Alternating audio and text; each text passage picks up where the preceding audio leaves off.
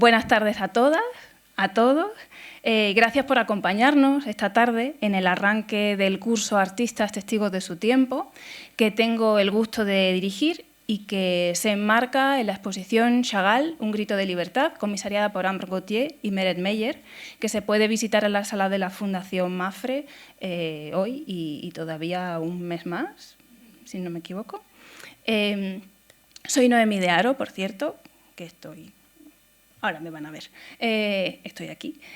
Soy Noemí de Haro, soy profesora de la Universidad Autónoma de Madrid y en este curso lo que hemos hecho es tomar como punto de partida la trayectoria vital de Marc Chagall, que también está recogida en la exposición, así como algunos de los temas más importantes tratados por las comisarias en la muestra. Y el objetivo que nos planteamos fue invitar a la reflexión sobre cómo se trabaron las relaciones entre política y creación artística en el contexto, en la época que vivió Chagall. En su charla Chagall, Un grito de libertad, las comisarias de la exposición abordarán mañana de manera específica el caso de Marc Chagall, de su obra, de sus tomas de posición a lo largo de su vida, las conclusiones también a las que han llegado como fruto de toda una investigación artística y documental que sustenta toda la exposición. Y por mi parte, aquí estoy, lo que voy a hacer, lo que voy a proponer hoy es comenzar estas reflexiones sobre las relaciones entre arte y política con un recorrido que toma un poco como trampolín ciertos momentos y también ciertas obras de Chagall que se tratan en la exposición. Y en ese recorrido lo que voy a hacer es también ir introduciendo, como estoy haciendo ahora de hecho, y justificando los temas que abordarán las distintas conferenciantes en el curso. También aludiré a ciertas relaciones y paralelismos con mi propia investigación. Porque, de hecho, pensar sobre cómo se han relacionado el arte, la cultura visual y la política en el siglo XX, ese siglo que Chagall vivió casi completo, ha sido y es una de mis principales líneas de investigación.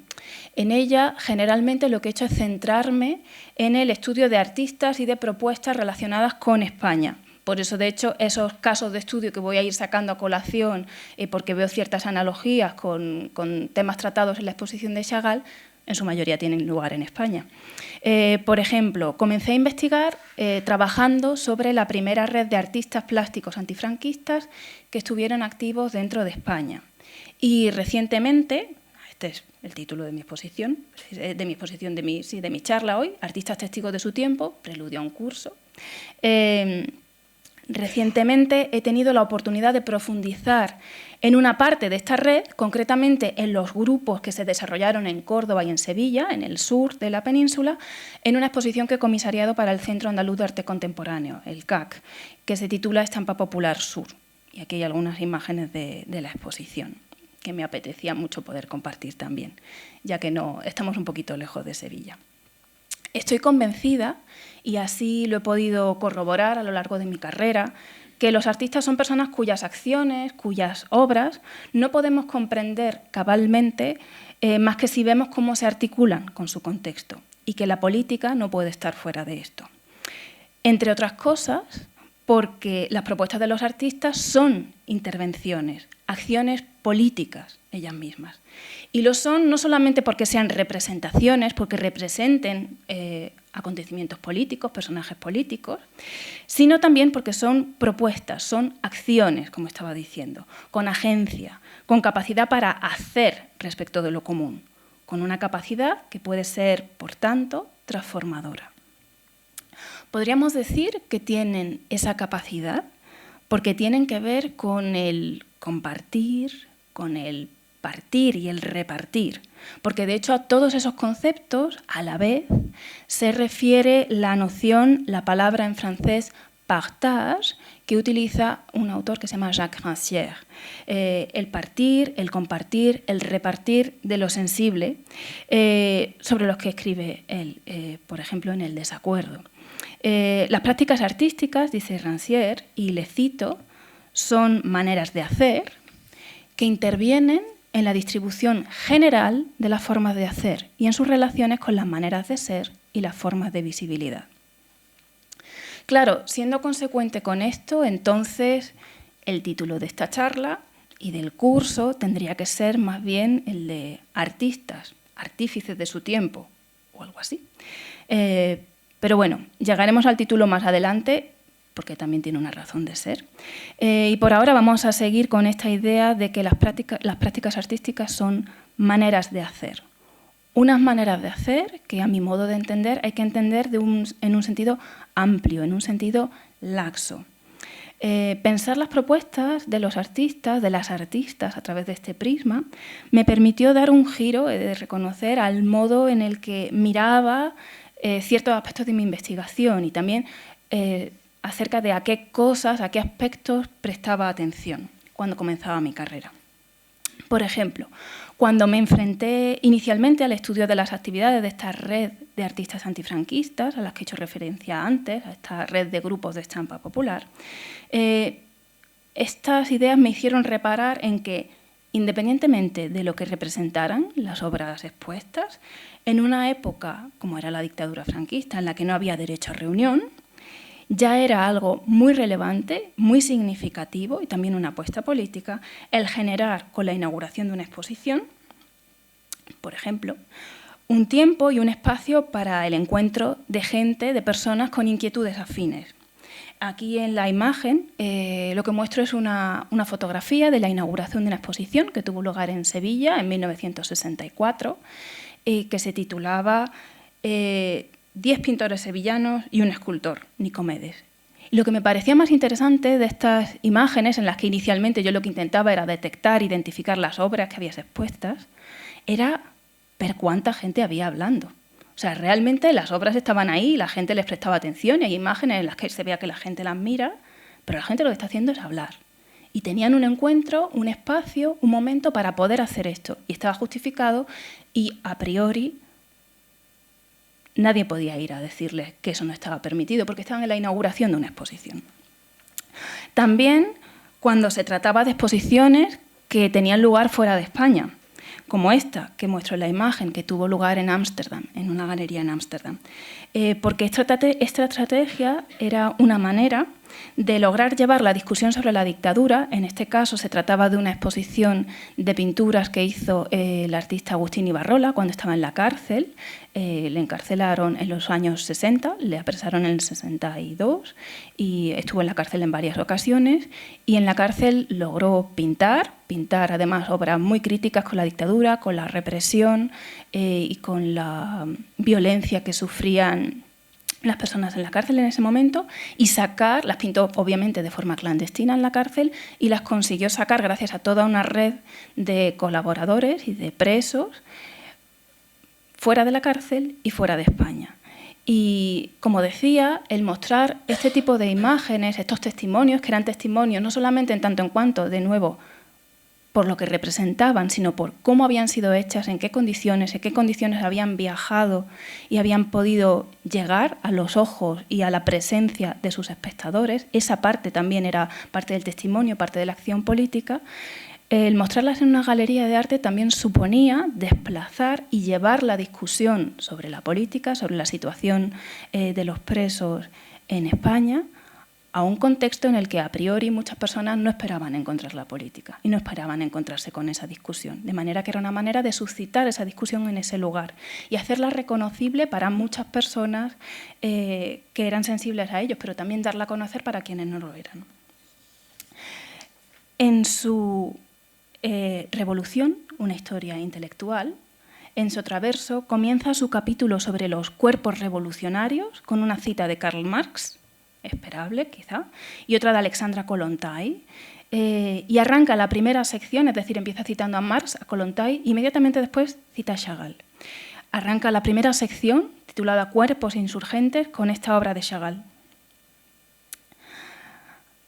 Adelante, adelante, sin pausa, sin parar, sin cesar, como pone en cirílico. Sobre ella, Traverso escribe, y le cito, a fines de 1918, cuando era comisario de las artes en Vitebsk, Marc Chagall pintó Adelante, adelante, una tela que describió como un estudio para el aniversario de la Revolución de Octubre. En esa pintura, la revolución se evoca como una cita que, a la manera de un arco iris, y hace referencia a esas letras en cirílico que dibujan ese arco en la imagen, se eleva en el cielo azul, mientras una joven figura vestida con un atuendo tradicional ruso salta por encima de una aldea situada al pie de la tela. La revolución es un salto hacia el futuro. Una línea más abajo, Traverso explica que muchas de las obras que Chagall pintó entre 1918 y 1922, y le vuelvo a citar, están bajo el dominio de figuras flotantes, campesinos, rabinos, jóvenes amantes, que recuerdan a los Luftmensch judíos, seres humanos aéreos. Y termino la cita.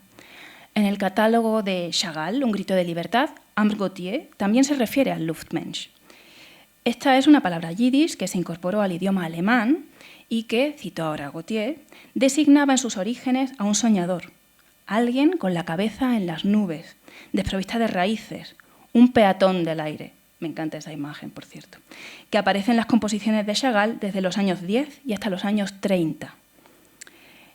Ella se refiere a la presencia de esta figura en Por encima de Vitebsk, esta obra de 1922, y a cómo aquí aparece ataviada con los atributos del judío errante, bastón de peregrino, el hatillo y también con símbolos del exilio. En dos líneas, Gautier traza y sintetiza la complejidad de coordenadas implicadas que se entretejen en esta obra. El cuestionamiento de la identidad, la búsqueda de un espacio, el deseo de superar fronteras, también de incorporar el mundo judío tradicional a la modernidad. Traverso evocaba la obra de Chagall, esta obra de Chagall, para subrayar cómo, él decía, la revolución es también una experiencia corporal, que de eso va ese capítulo de su libro. Consideraba que la obra retrataba de manera reveladora, decía, la revolución tal y como la percibían sus actores, un salto hacia el futuro y una sensación de ingravidez. Estas imágenes, en cierto sentido, van a aparecer también en textos que escribe Chagall y, desde luego, en estas imágenes. Pero, ante todo, me pregunto, ¿tendría sentido pensar que la imagen de esta obra, del Luftmensch que va adelante, adelante, sin parar, sin pausa, desafiando las leyes establecidas, pero que no parece ser exactamente un judío errante, un exiliado en este caso, no es simplemente una representación, sino que es el fruto celebratorio, emocionado, vibrante, de la breve sintonización entre la renovación de la cultura judía y la revolución? Como Angela Lampe escribió en el catálogo de la exposición Chagall, Lissitzky, Malevich, la vanguardia rusa en Vitebsk, 1918-1922, y la cito, durante un periodo corto de tiempo, después de que los bolcheviques tomaran el poder, la ciudad en donde vivía Chagall, Vitebsk, se transformó en un laboratorio revolucionario para el Nuevo Mundo. Los sucesos de 1917, el derrocamiento del régimen zarista en febrero, seguido del golpe de Estado de Lenin en octubre, encendieron grandes esperanzas, sobre todo entre los judíos, entre los artistas judíos, a quienes desde entonces se consideró ciudadanos rusos de pleno derecho. Y esto era algo muy singular y muy importante, porque no habían gozado de plenos derechos hasta ese momento. Este fue el caso, entre otros, de Chagall. Eufórico, como muchos otros artistas, Chagall entonces se comprometió con la revolución y lo hizo de una manera decidida. Le nombraron comisario de Bellas Artes en la provincia de Vitebsk y allí creó en 1919 la Escuela Popular de Arte, en la que reunió artistas de muy diversas tendencias, y de hecho ese era uno de sus objetivos cuando fue reclutando a las distintas personas para integrar esta escuela de artes, y artistas tan destacados como Malevich o el Lissitzky, que de hecho Malevich es el que está en el extremo derecho de la fotografía.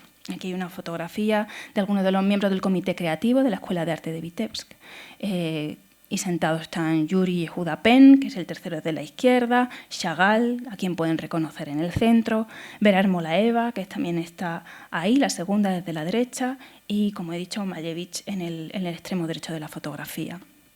La idea que tenía era que fuera una escuela de arte revolucionaria, y que fuera revolucionaria porque pudiera entrar en ella toda persona que estuviera interesada, sin límite de edad, y sin límites económicos, porque de hecho la escuela se pretendía que no tuviera coste para quienes fueran trabajadores o quienes no tuvieran medios. Es decir, no había cortapisas de ningún tipo, por lo menos las que habían estado en acción hasta entonces en la educación artística. Además, los artistas de izquierda impulsaron el proyecto de crear y gestionar ellos mismos un museo de arte contemporáneo, un museo nuevo para el arte nuevo. En realidad, de hecho, la idea no era solamente hacer un museo. Lo que planeaban era hacer una red de museos por todo el país. Lo que pasa es que no se crearon todos. Crearon uno en Moscú, el Museo de Cultura Pictórica, y en Petrogrado, el de Cultura Artística. Y también se adquirieron obras de arte y, de hecho, se enviaron algunas de ellas a las escuelas de arte para que sirvieran para la educación de los artistas, para que ese arte nuevo sirviera también para inspirar a los artistas que iban a hacer más arte nuevo. En su conferencia, el Museo en Futuro, Contrasentidos del arte y la política en el periodo de entreguerras, entre otras muchas cosas, Olga Fernández López analizará la nueva museología soviética y cómo se relacionaron con ella los artistas rusos y también la propaganda en esos años. También prestará atención a lo que sucedería en los años siguientes en lugares como Alemania, por ejemplo, con la subida al poder de los nazis. El primer encargo de Chagall como comisario de las artes fue la celebración del primer aniversario de la Revolución. Contó con todos los artistas de Vitebsk, también con los pintores de brocha gorda. Y eso es una muestra muy evidente del espíritu de consideración igualitaria de todos los artistas que animaba a Chagall. Contó con todos ellos para crear carteles y paneles que engalanaron las calles de la ciudad en la celebración. Chagall escribía en Mi vida, y les muestro aquí un grabado que realizó en relación con este texto, porque este texto en donde él relata su vida hasta los años 20, en 1922 Chagall llegó a Berlín con este manuscrito y el galerista Paul Cassirer le ofreció publicarlo, traducido al alemán, con ilustraciones de Chagall, que fue a lo que él se puso de inmediato, y en pocas semanas tenía ya los primeros grabados que iban a ilustrar este relato de su vida.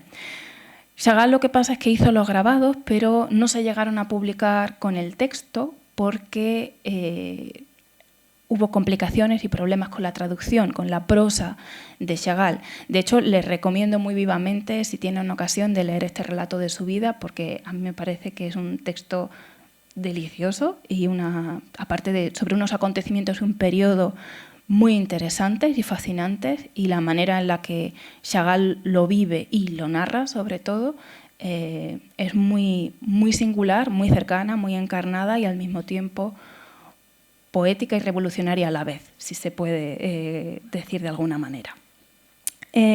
Bueno, pues en este relato de su vida, Chagall escribía, y les pongo en algunos casos cuando va a haber una cita larga por si lo quieren leer. En nuestra ciudad, escribía él, había unos cuantos pintores de brocha gorda. Los reuní a todos, a los jóvenes y a los viejos, y les dije, escuchad, vosotros y vuestros hijos seréis alumnos de mi escuela. Cerrad vuestros carteles, vuestros talleres de carteles y de garabatos. Todos los encargos llegarán a nuestra escuela y os los repartiréis entre vosotros. Aquí tenéis una docena de esbozos. Copiadlos en grandes telas y el día que la comitiva de obreros cruce la ciudad, banderas y antorchas en mano, los colgaréis en las paredes de la ciudad y de los alrededores. Y él seguía. Todos estos pintores de brocha gorda, los viejos barbudos, así como sus aprendices, se pusieron a copiar mis vacas y mis caballos.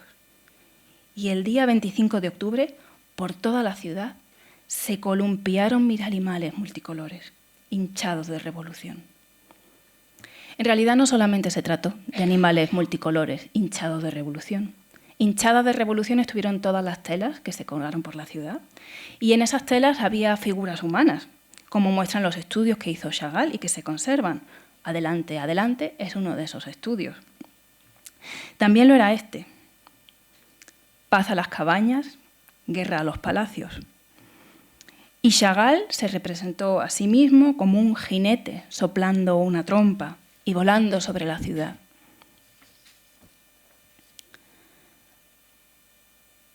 Esta fotografía de la época, que se ve un poco borrosa, muestra que también había figuras como este Luftmensch, no sé si lo aprecian en algún lugar, está aquí, como este Luftmensch, sobrevolando a los revolucionarios, sobrevolando la revolución. ¿Formaba parte de ella, me pregunto? ¿Tenía que ver con esa participación de la cultura judía, con situarla por fin y como la de cualquier otro ciudadano, ya considerado de pleno derecho, en el centro de los acontecimientos? ¿O era un observador externo, que sabía que su tiempo era otro? O quizás se trataba de las dos cosas a la vez. En cualquier caso, no se trataba, pienso, de una simple representación. Estas obras, estas imágenes, eran una acción en toda regla, que intervenía directamente, en este caso, de una forma evidente en el espacio público. Chagall continuaba su descripción refiriéndose a la creación de quienes participaron en la revolución, a la reacción, de quienes participaron en la celebración. Los obreros, decía, marchaban cargando la Internacional. Al verle sonreír tenía la certeza de que me comprendían. Los jefes, los comunistas, parecían menos satisfechos. Porque la vaca es verde y porque el caballo sube al cielo. ¿Por qué? ¿Qué tienen que ver con Marx y Lenin?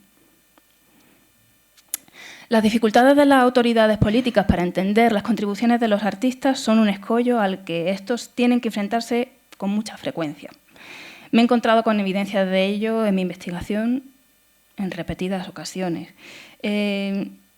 sobre todo en investigaciones que tienen que ver con arte, con movimientos sociales, donde los políticos, los dirigentes políticos están por ahí y no siempre entienden, no siempre comprenden y apoyan las propuestas de los artistas y de los intelectuales en general, a quienes muchas veces tampoco consideran exactamente revolucionarios, están en una posición un tanto complicada los artistas y los intelectuales. A pesar de todo, siempre me ha admirado la fuerza y la convicción con la que tantos artistas, tantas artistas, se han involucrado en aventuras encaminadas a la popularización de las artes. Una popularización entendida en tanto en cuanto fomento de la participación de la sociedad en general, en el disfrute de las obras de arte, en poner sus obras al alcance del público, pero también en lo relativo a su participación en la creación misma, como por ejemplo había hecho Chagall, reclutando a estos pintores de brocha gorda para la realización de estos carteles, de estas banderas, de esta decoración de la ciudad y para su escuela de arte. Por ejemplo, como decía, a través de iniciativas educativas. Dando un enorme salto en el tiempo, que también sirve, creo, para mostrar las diferencias entre la forma de poner esto en práctica en distintos contextos cronológicos y geográficos, pero también los elementos comunes que a mi juicio subyacen en estas iniciativas. Esto me hacía pensar en propuestas como las que desarrolló el movimiento asociativo de artistas en colaboración con el movimiento vecinal en los años 70, aquí en España. En la imagen de la pantalla pueden ver 4 fotografías, bueno, en realidad 4 fotografías y un fotograma. Lo de abajo a la derecha es un fotograma de una película casera de Super 8, de los murales pintados en barrios de la periferia de Madrid, en este caso en el barrio de Portugalete, en colaboración o como fruto de la colaboración entre artistas, la Asociación de Artistas Plásticos, como decía, las asociaciones vecinales y esta pintada de murales, que es lo que se ve en estas imágenes principalmente, supuso la incorporación de las artes en el paisaje, en un paisaje de casas autoconstruidas, de chabolas en muchos casos, con charlas entre artistas y el vecindario, como se puede ver en la imagen de arriba a la derecha, con la participación de niños, de jóvenes y de mayores en la pintura, porque ellos colaboraron con los artistas, y esto se puede ver, por ejemplo, en la imagen de abajo a la izquierda. Y también cómo se apropiaron estos vecinos y sus vidas del espacio generado por esta creación artística. Cómo se apropiaron del espacio y de lo pintado también como les venía en gana. Por ejemplo, haciendo el pino, como hacen estas niñas. Y que, de hecho, esta filmación en Super 8 lo que hace es retratar esto precisamente. No les interesa tanto, o no solo los murales, cuanto lo que hacían estas niñas con ellos. Como una cosa, además, para celebrar lo que ellas estaban haciendo, no en detrimento de los murales o como crítica a los mismos, ¿no? O también la Escuela de Arte Libre que promovieron los artistas residentes en este mismo barrio. lo cual llevaba también al día a día y a lo cotidiano de los vecinos esta creación artística y ponía en sus manos el hacerse con esta posibilidad de crear ellos mismos y de ser interlocutores de igual a igual con estos artistas. O el mercadillo que organizaban para vender, entre otras cosas, las obras que creaban en esta escuela libre. Y en la imagen muestro uno de los stands de este mercadillo con la imagen de Carmen Perujo, que fue de hecho una de las impulsoras, de las responsables de esta escuela de arte libre. Bueno, volvamos hacia atrás en el tiempo. En la trayectoria de Chagall se advierte ese interés por la función social del arte, por su integración en la vida. Sus labores como comisario de Bellas Artes en Vitebsk tenían que ver con esto. También sus trabajos inmediatamente posteriores en el Teatro Nacional Judío de Cámara de Moscú. Esta imagen se ve muy borrosa, pero es la mejor reconstrucción que he encontrado de cómo se dispusieron en esa entrada al Teatro Judío de Cámara las obras, que algunas de ellas de hecho se encuentran en la exposición y también algunos de los estudios para las mismas, cómo se incorporaban en este espacio y lo transformaban también. Y también aquí hay un boceto para uno de los decorados que hizo para la obra Mazel Tov de Sholem Aleichem, que también está en la exposición, si no me equivoco. Y esta cuestión del arte público está presente, como decía, a lo largo de toda su carrera. No solamente en estos inicios, más directamente, si quieren, ligados a la Revolución. Pienso en pinturas murales, como las que realiza para los teatros de la Ópera de París y de Nueva York, y aquí le tienen retratado junto a ellas, a mediados de los años 60, en el 64, en el 66, o vidrieras como esta sobre la paz, que realiza en esos años también para el edificio de las Naciones Unidas en Nueva York. Para comprender y hacernos cargo del papel de las artes murales como espacio de enunciación para un arte comprometido socialmente, su cruce con las políticas culturales y sobre todo con las demandas de los artistas, contaremos con la intervención de Rocío Robles Tardío la semana que viene.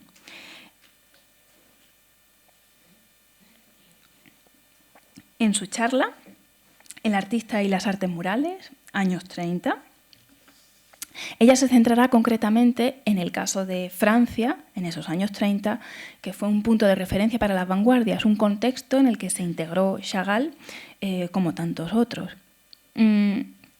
Si lo miro desde el prisma de mis propias investigaciones sobre el arte en los años 30, hechas en colaboración con otros especialistas, como Miguel Cabañas o Idoia Murga, no puedo evitar pensar en la participación de los artistas en iniciativas orientadas a la popularización, a la expansión de la experiencia de las artes en la sociedad durante la Segunda República en España. Y contaron con proyectos tan destacados como las misiones pedagógicas, que tienen aquí en imagen, con las que se trató de llevar el arte, la cultura a distintos lugares de España, también la música, el cine, o también el Museo del Pueblo, con el que se llevaron reproducciones de obras de arte de la Escuela Española a distintos puntos del país para dar a conocer a través de estas reproducciones el patrimonio cultural español.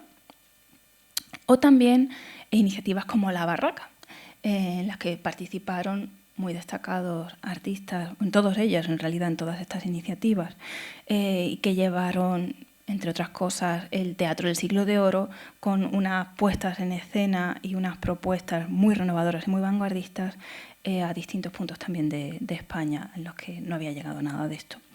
También en la integración de muchos artistas y de muchas artistas en el sistema educativo de la época. Y aquí en imagen les muestro a una de tantas artistas que se integraron en él, como fue Maruja Mayo. Y me pregunto, y esto siempre me hace pensar con mucho pesar también, qué habría sido y cómo habría sido la educación en España si todos estos artistas, todas estas creadoras que formaron parte, que decidieron formar parte y embarcarse en la labor educativa en España en esos momentos, no hubieran tenido que exiliarse, y cómo se había transformado en eso, cómo sería ahora en realidad. También pienso en la implicación de los artistas en la lucha a favor del Frente Popular, y aquí tenemos en imagen un cartel de Manuela Ballester, o también en defensa de la República durante la Guerra Civil, y en la imagen pueden ver una de las muchísimas intervenciones que se hicieron en el espacio público en esa época, para las cuales se contó con artistas. Se trata de la tribuna de propaganda y agitación del Ministerio de Instrucción Pública en la Plaza de Castelar, en Valencia, que fue obra de la colaboración del artista fallero, Regino Mas, y del dibujante Gori Muñoz, y que servía para exponer grandes carteles, como pueden ver ahí. Era una tribuna también para oradores, era un espacio multifunción, representaciones teatrales, proyección de películas, etcétera, etcétera. O también carteles de sensibilización durante la Guerra Civil, como este de Augusto Fernández Sastre, o de Josep Renau, o este otro de Juana Francisca Rubio, destinados también a distintos colectivos de la sociedad. También me hace pensar, por supuesto, en iniciativas como la del Pabellón de la República en el 37, sobre el que he trabajado también con investigadoras como Maite Garballo, y también lo harán y mostrarán su apoyo durante el exilio. Esta experiencia del exilio, de la migración forzada, lamentablemente será algo que compartirán estos artistas con muchos otros, como fue el caso de Chagall. Todas estas experiencias y estos modelos los tendrán muy presentes los artistas y colectivos antifranquistas más adelante, y de hecho por eso también me interesé por investigarlos. Pero el alineamiento de Chagall con el poder institucional de la Revolución de Octubre no duraría mucho. Las diferencias con algunos de sus colegas, sobre todo con Malevich, con los estudiantes también, hizo que en 1920 Chagall dejara Vitebsk y se exiliara. En las últimas páginas de mi vida, Chagall escribía: en tiempos de la República Socialista Federativa Soviética de Rusia, grito con satisfacción: ¿no sentís cómo los fundamentos de nuestro sistema eléctrico desaparecen bajo nuestros pies? Esa sensación de ingravidez a la que hacía referencia Enzo Traverso me hacía pensar en esta palabra de Chagall. Pero luego sigue: y no eran acertados nuestros pensamientos en materia artística, puesto que estamos anclados en el aire y padecemos una sola enfermedad: la sed de estabilidad. Estos 5 años hierven en mi alma y he adelgazado. Incluso tengo hambre. Tengo ganas de veros de nuevo. B, C, P, son nombres de personas que me mencionan. Estoy cansado. Volveré con mi mujer, mi hija. Me tumbaré a vuestro lado. Y quizá Europa me querrá, y con ella mi Rusia. Y con estas líneas termina su escrito de mi vida. La firmaba en Moscú en 1922. Allí se marchó y se implicó en proyectos relacionados con la cultura yiddish, como el Teatro Judío Nacional de Cámara, que he mencionado anteriormente. Quizá también era esta búsqueda de estabilidad, este pensar y anclarse con la cultura yiddish, que va a ser una constante a lo largo de su trabajo. También se implicaría en publicaciones como las ilustraciones que hace para Troyer, Luto, de David Hofstein, en 1922, que de hecho sufriría la persecución y sería asesinado no mucho después. Y fue testigo, de hecho, Chagall, de persecuciones, de asesinatos, también del avance del antisemitismo en Europa. La experiencia de la persecución, del exterminio, en sus queridas y añoradas Europa y Rusia, por desgracia, se recrudecerá para Chagall y para millones de personas más. Quienes lograron escapar asistieron perplejos y consternados a lo que sucedía. Chagall sería uno de ellos. La pensadora Hannah Arendt sería otra. En Los orígenes del totalitarismo, escrito con muy poca distancia de lo sucedido, se publica en 1951, y probablemente también por esa distancia tan cercana a lo sucedido, Arendt propuso la noción de mal radical para referirse a los actos atroces del totalitarismo, actos extremos que no eran humanamente comprensibles. Los judíos que, como Arendt, como Chagall, lograron escapar, en su caso a Francia primero, a Estados Unidos después, se les privó de ciudadanía, de nuevo. Apátridas eran muy conscientes de las consecuencias de carecer de un Estado que les reclamara. En su conferencia en este curso, Beatriz Cordero hablará de los años que van de 1941 a 1948, el periodo que Marc Chagall estuvo exiliado en Nueva York debido a la Segunda Guerra Mundial.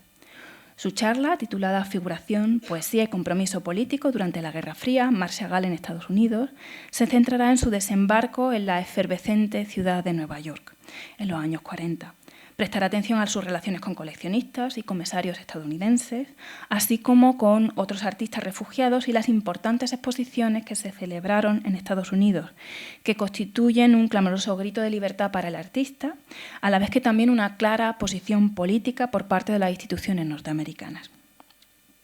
Unos años antes de llegar a Nueva York, en 1937, cuando los nazis expusieron sus obras como parte del Entartete Kunst, del arte degenerado, Marc Chagall retomó su obra Estudio para Revolución, para convertirla en un tríptico monumental: resistencia, resurrección y liberación.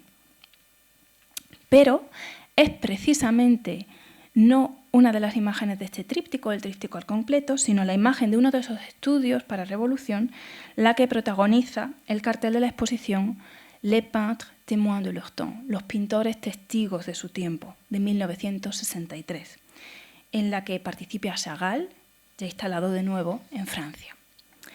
En el origen de este salón, los pintores testigos de su época, testigos de su tiempo, se encuentra Isis Kishka, un artista que había salido del Partido Comunista y que era de origen ruso, que se dedicó a la pintura cuando volvió de los campos de concentración de Drancy y Compiègne.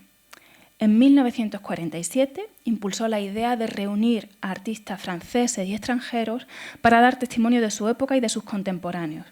Él decía, y le cito, que el hombre que está en el origen tiene que ser también el fin de toda obra. El mundo se construye para él, a su alrededor y por él. Este poner en el centro la figura humana implicaba un posicionamiento indiscutiblemente político en esos años, en los que se comprobaban las consecuencias de considerar irrelevantes a los seres humanos y sus derechos, como había sucedido en la Segunda Guerra Mundial. Es decir, para Kishka, esa defensa de la figura humana era la respuesta a la barbarie nazi y a su aniquilación del hombre. Y también Kishka quería recuperar para los artistas una función social. De hecho, él era el presidente de la Unión de Artistas Plásticos, que en 1947-48 había promovido un debate en el seno de los artistas, de la agrupación de pintores, en donde les preguntaban: ¿para quién pinta usted? El título de este curso, de hecho, era evidente, hace referencia a el título de este salón, al de los pintores testigos de su tiempo. En 1948, Kishka organizó el encuentro entre artistas y obreros en los lugares de trabajo, en las fábricas, los talleres, en los lugares de obras, los laboratorios, para que el objetivo era que los artistas hicieran de testigos, fueran los intérpretes de los trabajadores. Un poco antes, el crítico de arte Jean Bourret habría preludiado el salón con su Manifeste de l'homme témoin, el manifiesto del hombre testigo, de 1948. Bourret era entonces miembro del Partido Comunista, lo iba a ser por poco tiempo, al año siguiente le van a expulsar. Y en el texto del manifiesto señalaba que en un periodo en el que estaba también subiendo un realismo que se quería transformador, quedaba un espacio vacío para toda una fracción de la pintura figurativa humanista. La pintura está ahí, decía él, para dar testimonio, y nada de lo que es humano debe serle extraño. En este primer manifiesto se reunía a Lourjour, Bérold, Thomson, Yvonne Moretet, Sébir, y en 1949 se les sumarían Valéry Claude, Bernard Buffet, Couty, Minot, Crasat y Simondat, que son los que aparecen en esta fotografía, que es de 1949. En el Manifeste de l'homme témoin, en el manifiesto del hombre testigo de Bourret, se producía entonces una reacción frente a la abstracción, pero también frente a ciertas formas de entender el realismo. La primera vez que me encontré con una referencia a esto del hombre testigo fue investigando sobre los grupos de estampa popular de nuevo, y en una entrevista que les hicieron a los integrantes del grupo Sevilla en un periódico. Aquí les ven todos jovencitos en una fotografía de la entrevista del periódico. Y en este fragmento de la entrevista, el entrevistador cita a José María Sarmiento, que estaba allí, que era testigo de la entrevista, y que les preguntó: ¿ha influido en vosotros el movimiento francés llamado l'homme témoin, el hombre testigo? Y uno de ellos, Francisco Cortijo, dice: indudablemente. Y yo pensé: ¿y esto qué será? Y tenía todo el sentido realmente. Lo que sí me llamaba la atención es cómo en los inicios de los años 60 les estaban relacionando a unos artistas en Sevilla, tan lejos, que es cierto, Cortijo, Cuadrado, Cristóbal habían estado en París y sabían lo que estaba ocurriendo allí, les relacionaban con un manifiesto del finales de los años 40. ¿Acaso no conocían otra cosa los que estaban presentes allí? Quizá querían decir que estaban un poco fuera de época, o al contrario, querían subrayar esta relación con Francia, con el arte francés, también arrojar una pequeña línea que les conectaba con la escuela francesa, pero también con el exilio, con el antifranquismo que había allí y con esa posición política. La verdad es que no lo sé. Pero sí que es interesante ver algunas de las obras que proponían ya entonces, y aquí les muestro el tarjetón de invitación de una de sus primeras exposiciones, en la Galería Velázquez, en la que muestran esa relación también con el mundo del trabajo, como en ese primer salón de los artistas testigos de su tiempo, con un mundo del trabajo que en el caso de la Andalucía del momento es todavía un mundo del trabajo que ocurre fundamentalmente en el campo, que tienen en esos momentos además muchísimos problemas derivados de la mecanización, que tienen que ver con el desempleo, de manera que son también unos trabajadores que no trabajan ni donde quieren, ni como quieren, ni siempre que quieren tampoco, y que realizan obras y propuestas como esta carpeta de grabados, que tampoco me resisto a compartirles, porque también tienen que ver, son una buena muestra de esa idea de relacionarse con la sociedad, y una relación con la sociedad que se muestra, a mi juicio, ya en esa portada de la carpeta, porque la portada, como quizá pueden adivinar, no es la obra de ninguno de los 3 artistas, o más bien de los 4 artistas que participan en la carpeta, sino que reproduce el dibujo de un niño, de Fernando Palomo, que la firma, es el único nombre que aparece el Grupo Sevilla, no aparece el nombre de ningún artista y solo aparece el nombre de Fernando Palomo, que era un niño de una familia muy pobre en Sevilla, que, como tantos otros niños, se fueron acogidos o que acudían a la casa de uno de estos artistas, de Francisco Cortijo, donde les animaban a dibujar, donde les enseñaban también a dibujar. Palomo, de hecho, va a ser un colaborador de Cortijo a lo largo de toda su carrera y va a crecer a su lado, y también les enseñaban a escribir.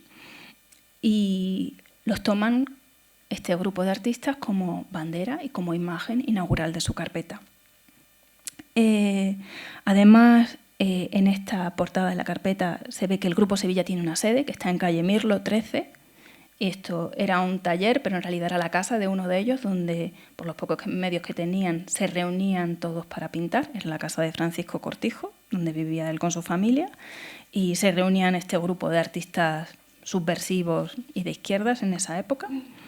Y dentro de la carpeta tenemos distintas representaciones que a mi juicio tienen que ver con ese mundo del trabajo. Un mundo del trabajo que, por cierto, también en cierto modo está representado por el dibujo de Fernando Palomo, que tiene que ver con ese desplazarse de la casa al trabajo, los camiones que llevaban a los hombres a los que seleccionaban para trabajar en el campo cada día, y con esos recorridos cotidianos. Y esa mezcla y ese concebir el trabajo en su articulación entre lo doméstico y supuestamente privado y el espacio público del trabajo asalariado, también aparece en la carpeta. De hecho, una de las estampas, y me parece muy interesante subrayar esto, cómo se considera también el trabajo de las mujeres en el ámbito doméstico como parte de este universo del trabajo, con grabados como este de Francisco Cortijo, que ilustra, a ellas tienen las mujeres las manos arañadas. El mundo del trabajo que se desarrolla en la obra, en el campo, donde trabajan también no solamente los adultos, sino también los niños, donde las personas mayores, y arriba a la izquierda tiene una representación de su padre por parte de uno de los artistas, también es un tema crítico que se plantea y que se analiza, la situación de las personas mayores y ancianas. O un campo en donde, en el caso del grabado de Segundo Castro, que hay abajo a la derecha, que no formaba parte del Grupo Sevilla, sino que va a formar parte del Grupo Córdoba, pero que se integra en él en sus primeras exposiciones, también se considera el lugar en el que está el germen o la posibilidad, si quieren, de construir un mundo nuevo. Esa posibilidad de un mundo nuevo viene o ha de venir de la mano de quienes menos tienen, de los que no están en el poder, porque son los que son capaces de pensarlo y para quienes también ha de ser ese espacio, ¿no? Y como ven también, estos grabados iban acompañados de poesías de poetas relacionados con el realismo social de esa época, pero también ligados a la cultura republicana, como era Antonio Machado, a quien se evocaba y se citaba en distintas ocasiones como parte del movimiento antifranquista. Los artistas jóvenes, y vamos a volver al Manifiesto del Hombre Testigo, que se reunieron en torno al manifiesto de Bourret, expondrían luego en el Salón de Kishka, cuya primera edición se celebraría en el Museo de Arte Moderno de París entre febrero y marzo de 1951. Y aquí tienen el cartel de Lot que lo anunciaba. Bourret escribió con motivo de este primer salón, que como he dicho se dedicó al mundo del trabajo, que todo el problema del individualismo artístico se transforma y la solidaridad desempeñará su papel. En lugar de pintar objetos extraños, testigos de un tiempo fácil, mujeres bonitas, paisajes y naturalezas muertas, vamos a pintar a los hermanos que acabamos de descubrir en el mundo del trabajo. Este hermanamiento entre los artistas y los trabajadores va a ser el germen de este salón. Abundando en esta idea y en la conciencia de que la situación tras la Segunda Guerra Mundial era muy problemática, Bourret escribiría en uno de los catálogos que tras la guerra, decía él, habían emergido nuevas normas y que el pintor se había convertido en testigo del hombre y en testigo de su tiempo, que va a magnificar. Entre los grandes nombres de artistas que participan en este primer salón se encuentra Chagall, por supuesto, también Matisse, Dufy, Rouault, Lot, y junto a ellos los artistas de la nueva generación, que de hecho así se estaban dando la mano y estaban construyendo una genealogía también para sus propuestas. Ante el éxito del salón se decide repetir la experiencia al año siguiente y esta vez el tema será el domingo, lo cual es un contraste muy apropiado con el tema del trabajo. Tenemos el tema del trabajo dedicado al que se dedica el primer salón y el domingo el día supuestamente dedicado al descanso, al ocio, centrando el siguiente, con un cartel, como les he dicho, de Matisse, que moriría, si no recuerdo mal, al año siguiente. En el texto del catálogo de esta segunda exposición escribiría Jean-Paul Sartre, lo cual también era toda una declaración de intenciones y de referencias en las cuales se situaban estos artistas. Desde entonces y hasta 1982, los artistas se reunieron en torno al tema que se les proponía. Cada salón iba a tener un tema, muy diversos. Y podía participar con pintura o escultura cualquier artista que lo deseara, independientemente de su nacionalidad y de su edad, y habían de ser seleccionados por un jurado, claro. Con motivo del salón se editaron carteles, litografías y álbums que se vendían en beneficio de la Maison Nationale de Retraite des Artistes, una casa destinada a la jubilación, al retiro de los artistas. También la mayoría de los ingresos por venta de entradas al salón iban aquí. Y por otro lado, el importe de las ventas que se hacían en el salón iban directamente a los artistas sin la mediación de una galería. De manera que también había un fin social en el salón y también la voluntad de escapar, al menos en cierta medida, a las lógicas del comercio del arte, al menos a las lógicas de las galerías de arte. En la edición del Salón de 63, el que tenía la obra de Chagall en el cartel, el tema sería el acontecimiento, l'événement. Es muy significativa la cita de Malraux al inicio de este catálogo, que se ve en pequeñito aquí. El peligro, escribía Malraux, es que todo hombre porta en sí el deseo de un apocalipsis. Dentro del catálogo había litografías y dibujos que tenían que ver precisamente con esta venta y también esta recaudación de fondos. Y me parece muy significativo los temas que decidieron abordar los artistas. Voy a salir un momentito de la presentación para mostrarles un pequeño vídeo, porque este salón de los pintores testigos de su tiempo fue cubierto por la televisión francesa y así les pueden ver un poquito en acción. Lo que no sé, porque voy así un poco de tiempo, es si lo vamos a poder ver entero, pero al menos no me resisto a mostrarles cómo es. El texto está en francés, no he encontrado manera de ponerle subtítulos, pero les avanzo un poco. Al arranque hay un periodista que es Adam Saulnier, que dice que para los periodistas el acontecimiento, l'événement, es la vida cotidiana. Y verán lo que hacen para mostrar cómo es la vida cotidiana. Y luego pasamos a Kiška, que va a hablar y a mostrar al mismo tiempo el cartel de Chagall, diciendo cómo para los artistas los acontecimientos son algo que ellos han de desentrañar y que solamente entonces pueden dar testimonio de los acontecimientos, de los hechos que han presenciado. L'événement tel que 80 peintres contemporains le voient, tel est le sujet de l'exposition, les peintres Aquí témoins de presentan la leur temps. exposición. Pour les journalistes, Este es Saulnier. l'événement, c'est la vie quotidienne. Aquí tienen la vida cotidiana. Pour les peintres, l'événement n'est jamais immédiat, il leur appartient toujours de décanter les faits pour pouvoir en témoigner. C'est Isis Kiška, secrétaire des peintres témoins de leur temps et fondateur de cette association, qui a tenu à apporter cette précision, une autre précision, quand l'exposition est où? L'exposition va s'ouvrir au musée Galliera. Le preguntan cuándo va a ser la exposición. Dicen que Kiška es el secretario de la asociación, el que la ha fundado, el que ha fundado el salón. Y Kiška ahora va a indicar cuándo y dónde se puede ver la exposición, que es ya no en el Museo de Arte Moderno, sino en el Musée Galliera, en el Museo Galliera de París. Y dice de qué fecha va a estar abierto. Inmediatamente después va a decir que el cartel es una obra de Chagall y que representa la Revolución Rusa. Le 17 janvier, elle durera 2 mois et présentera 80 peintures et sculptures. Et l'affiche est de Chagall. L'affiche est de Marc Chagall, elle représente la Révolution russe. Mais pour le moment, les peintres accrochent leur toile Musée Galliera. Jean Comer. Y lo que van a hacer ahora, a continuación, es ir siguiendo, presentando a varios de los artistas con sus pinturas, con las pinturas que han presentado en el salón.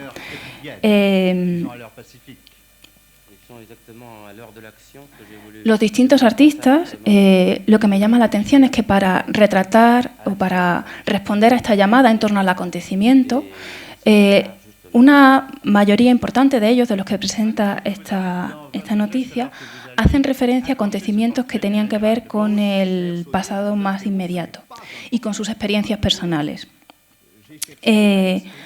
Algunos de ellos van a hacer referencias de distintas maneras a Hiroshima. De hecho, el pintor que va a aparecer justamente después de este, que se llama Pierre-Henri, presenta una obra que el comentador inicialmente le pregunta si es una obra simbólica y él dice que no, que tiene que ver con Hiroshima. Más adelante va a aparecer, a ver, porque viene también toda la parte de preparación y de puesta en escena de mostrar cada pintura y a los artistas, y que tienen que ver también con cómo se filma, cómo se muestra el arte en el medio audiovisual, que es una cuestión que también me interesa mucho en mi investigación. Más adelante, justo después, aparece una obra de Blasco Mentor, que era un exiliado de la Guerra Civil y que para retratar el acontecimiento, retrata un acontecimiento. Je peins cette toile parce que je vis ça dans ma jeunesse et je n'ai pas pu m'oublier jamais de ce que j'avais vu quand j'étais jeune. Que dice que pinta esta imagen porque fue algo que él presenció en su juventud y que nunca ha podido olvidarlo desde entonces. Y termina diciendo... Alors, comme me demandait une toile sur l'événement, je pensais faire quelque chose pour mon pays. Que cuando le pidieron una pintura sobre el acontecimiento pensó hacer algo por su país. Y hacer algo por tu país, por tu familia, por tu memoria, va a aparecer repetidas veces en los testimonios que dan varios de los pintores. Uno de ellos retrata las cámaras de gas y habla de cómo su familia pereció en una cámara de gas y que él se escapó y se salvó por azar. Otro de ellos habla de la deportación, otro de ellos muestra una pintura, inicialmente la relaciona con España, pero después dice que también podría estar sucediendo en Argelia, de manera que también hablan del presente inmediato, en esos años 60, en Francia.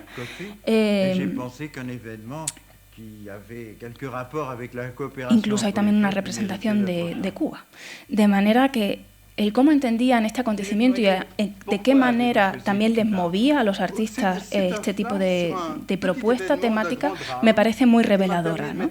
Al mismo tiempo me parece Igualmente revelador que la obra que Chagall decide plantear es precisamente este estudio para Revolución, ¿no? Y es que, por ejemplo, esta otra hacía referencia a las escuchas durante la Resistencia en Francia en los años inmediatamente anteriores. En definitiva, no se trataba de tiempos proféticos los que estaban viviendo, como había escrito ya Chagall con anterioridad y como de hecho continuaría siendo. No lo eran, desde luego. Esta es la de la deportación y es In Memoria, hay una parte de homenaje constante en este tema del acontecimiento. Las maneras en las que se declina la identidad del artista en circunstancias tan complicadas en esos tiempos que no son proféticos, cómo se relacionan el patrimonio y la identidad en tiempos revueltos, serán el eje central de la charla de Dacia Viejo-Rose, que se titula Monumentalidad variable, patrimonio e identidad en tiempos precarios. Porque de hecho la cuestión de la identidad es algo que atraviesa y sobre la que reflexiona Chagall constantemente en su obra, y es algo también que preocupaba a los artistas, como hemos visto, por ejemplo, los que participaron y las propuestas que presentaron a esta convocatoria en torno al acontecimiento. En 1960, los servicios secretos israelíes secuestraron a Adolf Eichmann, uno de los artífices de la solución final, que gestionó las deportaciones de judíos y gitanos a campos de exterminio y que vivía bajo una identidad falsa en Argentina. Lo secuestraron para juzgarlo en Jerusalén y fue ejecutado en 1962. Hannah Arendt estuvo allí cubriendo el juicio para The New Yorker. De hecho, fue un juicio tremendamente mediático. En su conocido ensayo Eichmann en Jerusalén, que publica en 1963, Arendt ya no usa el concepto de mal radical. En este ensayo propuso la noción de la banalidad del mal, para dar cuenta de cómo era posible que aquel hombre normal, que no parecía malvado, que tampoco parecía tener convicciones ideológicas muy fuertes, que no era un fanático, ni un sádico, ni un psicópata, cómo era posible que un hombre común y corriente, como parecía Eichmann, hubiera contribuido a llevar a la muerte a millones de personas. Arendt considera que Eichmann era incapaz de ser consciente moralmente de la maldad de sus actos. Decía, y la cito, Eichmann sencillamente no supo jamás lo que hacía. No era estúpido. Únicamente la pura y simple irreflexión fue lo que le predispuso a convertirse en el mayor criminal de su tiempo. Y esa irreflexión implicaba una incapacidad de pensar y juzgar. Según Arendt, el pensamiento crítico se activaría a través de una suerte de diálogo silencioso del yo consigo mismo, en donde se activa la conciencia como capacidad para distinguir el bien y el mal, y se juzgan lo que uno mismo dice y lo que uno hace. La irreflexión supondría entonces la ausencia de ese diálogo interno, de ese juicio también. Cuando esto sucede, la persona entonces puede llegar a cometer delitos atroces. Entre 1961 y 1963, en esos años en los que está sucediendo también esta exposición en torno al acontecimiento, en Estados Unidos, Stanley Milgram llevaba a cabo sus experimentos de psicología social sobre la obediencia, en este caso una autoridad que se consideraba legítima, que era una autoridad científica, que apuntaban a que lo sucedido en la Alemania nazi quizá no eran hechos cuya repetición fuera tan difícil, porque de hecho una cantidad importante de personas, siguiendo a Arendt, participaban de esta irreflexión, según los resultados de sus investigaciones. ¿Qué hacer frente a esto? Difundir un mensaje de confianza en el ser humano, como se pretendía en el Salón de los Pintores, testigos de su tiempo, en su capacidad para el amor, la paz, para tejer lazos frente a todo esto. Reivindicar lo humano y necesario de ese pensamiento crítico que permite juzgar sería pues algo apremiante para muchos intelectuales y para muchos artistas. Et sur la terre, y sobre la tierra, se titula un relato que André Malraux propone publicar a M. Maet con ilustraciones de Chagall en una edición de lujo, muy reducida. Las ilustraciones de Chagall son de hecho grabados, son aguafuertes. Y se trata de un texto que Malraux había escrito durante la Guerra Civil, cuando estaba en España. La acción, de hecho, también sucede en ese contexto, que Malraux recupera, retoma, revisa y publica en los años 70. Según la carta a Chagall que Malraux publicó como prefacio al texto, este ensayo, este escrito, era un ensayo de hecho, de haber aparecido en L'Espoir, sería uno de los pasajes más violentamente acusadores de la condición humana. El tercer y último capítulo del texto se incluye una meditación sobre el ser humano y el cosmos, el contraste entre los combates, lo mecánico y la naturaleza. Y el título es evidente, evoca la fórmula bíblica y sobre la tierra, paz a los hombres de buena voluntad. La paz aparece aquí también, aparte de esa reflexión sobre la condición humana. Este deseo de paz hacia los hombres, hacia el ser humano, me hacían pensar también en las recurrentes palomas de la paz, son las que han trabajado muchos artistas, entre otras, Carmen Perujo, no sé si la recuerdan, la de la Escuela Popular, la que impulsaba estas escuelas y estas ventas también en el mercadillo. Ella ha trabajado de forma incansable y fantástica, muy interesante plásticamente, sobre esta figura de las palomas de la paz. Unas palomas y un deseo de paz que subrayará también Chagall en otras ilustraciones, como las del diario de Ana Frank, que también suponen un mensaje muy contundente, a mi juicio, precisamente en relación con el destino y con las palabras de Ana Frank, o en obras monumentales como el árbol de la vida o la paz para las vidrieras de la Capilla de los Cordeleros, que les traigo aquí en forma de uno de sus estudios presentes en la exposición, que me parecen además materialmente fascinantes.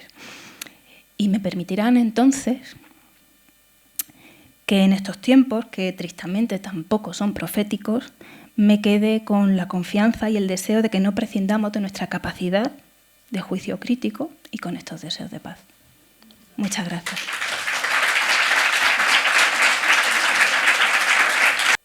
Pues no sé si tienen alguna pregunta, algún comentario. Abrimos un momentito de conversación.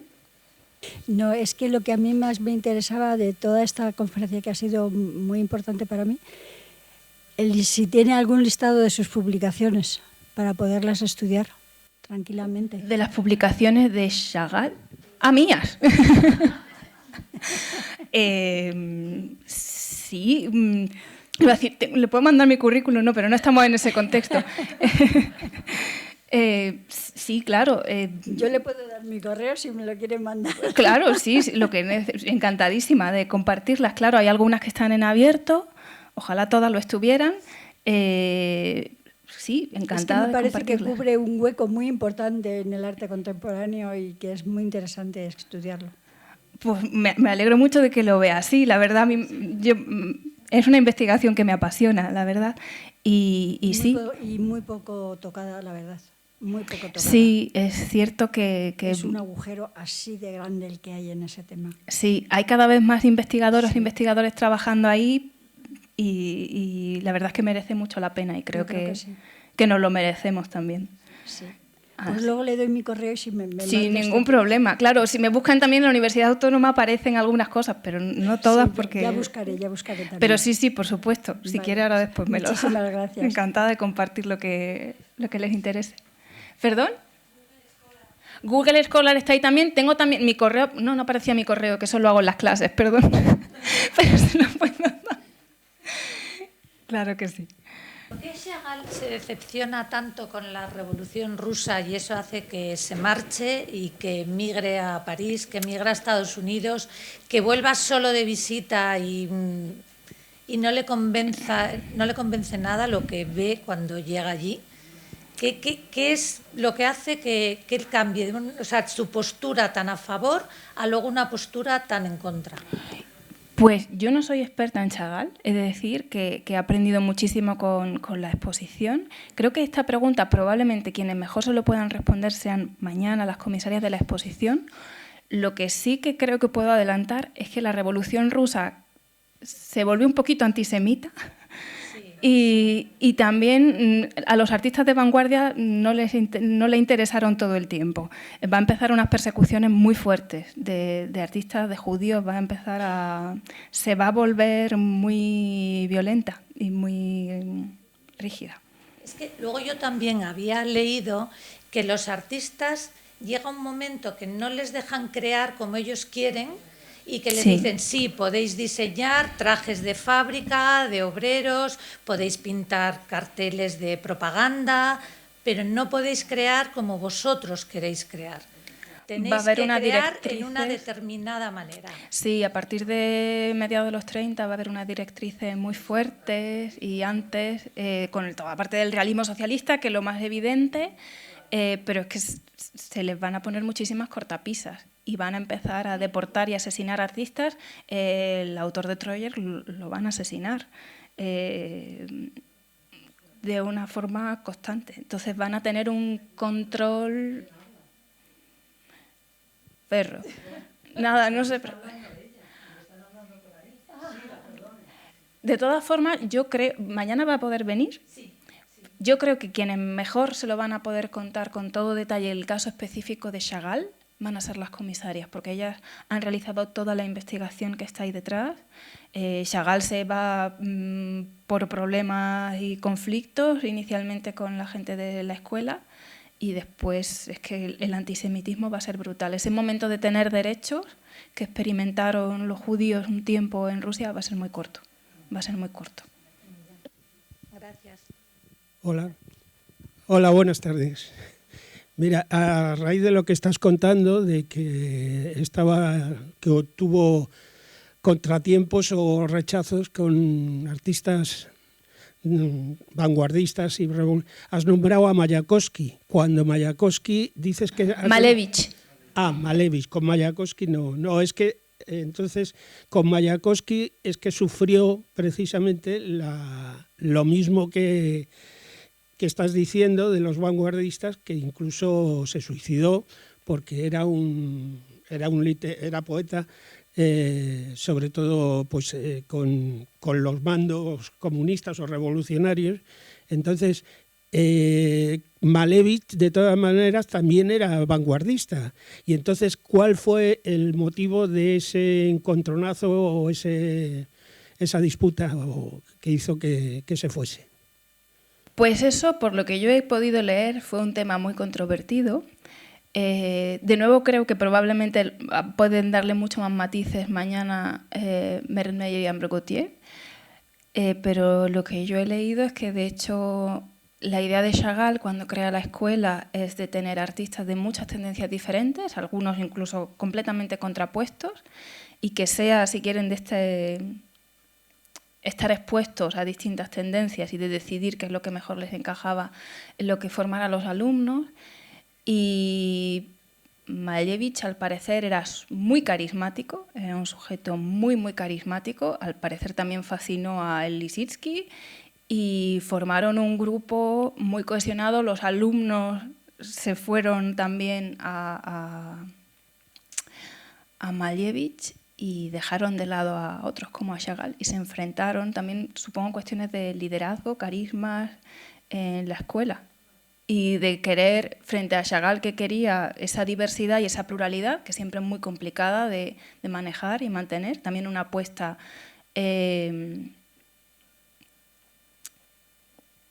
política muy fuerte, a mi juicio.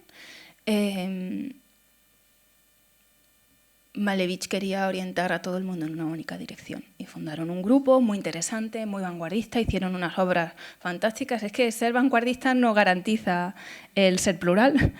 Entonces, también, y eso no es algo de lo que he hablado, dentro de las propuestas renovadoras también hay muchos enfrentamientos y muchas pugnas.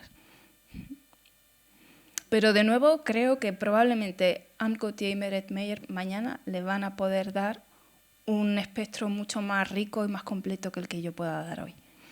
Vamos, por lo menos aquí, ahora.